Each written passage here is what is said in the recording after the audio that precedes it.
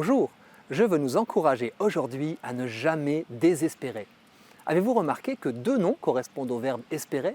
D'un côté l'espoir, dont on dit qu'il fait vivre, et de l'autre l'espérance, qui a un goût d'éternité. L'espoir est charnel, d'ici-bas, l'espérance est spirituelle, d'en haut. L'espoir, masculin et terrien, s'accroche au réel. Féminine, l'espérance est pour Charles Péguy une fillette. Sa petite fille Espérance s'envole vers le ciel. Pourtant, elle a bien du mal. Péguy emprunte à La Fontaine l'un de ses plus beaux vers. Sur le chemin montant, sablonneux, malaisé, sur la route montante, traînée, pendue au bras de ses deux grandes sœurs, la petite Espérance s'avance. Si j'ai donné à cette chronique le titre « Ne pas désespérer », c'est par réalisme. Toutes nos vies se traînent un jour ou l'autre, sont traversées par la tentation du désespoir ou de la désespérance. Elle peut arriver d'un coup lors d'une terrible nouvelle, deuil imprévu, perte irréparable. Certaines personnes mettent fin à leur jour en apprenant une maladie incurable. D'autres ne parviennent pas à surmonter la mort d'un être cher et perdent le goût de vivre. Nous avons tous des exemples en tête. Et puis d'autres encore s'enfoncent progressivement dans le marasme et perdent pied.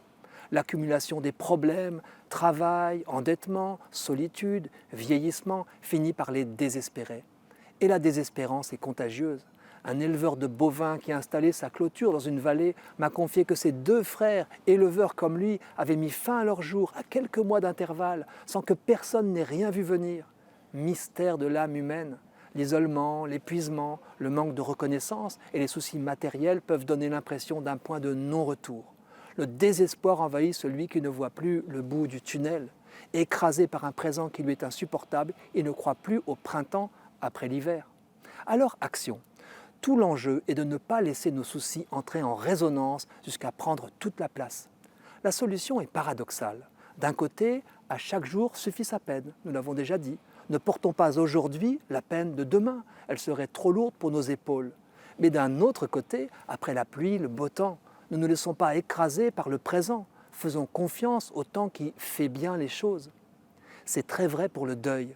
Dans ma jeunesse, plusieurs amis frappés par un deuil cruel m'ont affirmé qu'ils ne seraient plus jamais heureux. Et puis, le temps passant, j'ai vu refleurir leur sourire. Ils retrouvaient leur joie de vivre. J'en étais surpris car j'avais cru leur malheur définitif. L'histoire des hommes enseigne que la vie est plus forte que la mort. Avec l'âge, j'ai noté que mes propres coups de blues s'estompent plus vite si je consens à les déposer dans l'éternité. Au milieu de nos dures épreuves, nous pouvons nous référer à l'appel très particulier entendu par le starète Silouane, ce magnifique moine du mont Athos. « Tiens ton esprit en enfer et ne désespère pas ». Il ne s'agit donc pas de nier nos enfers, toutes les raisons que nous avons de perdre espoir, mais justement de prendre alors la main de la petite fille Espérance et de ne pas la lâcher.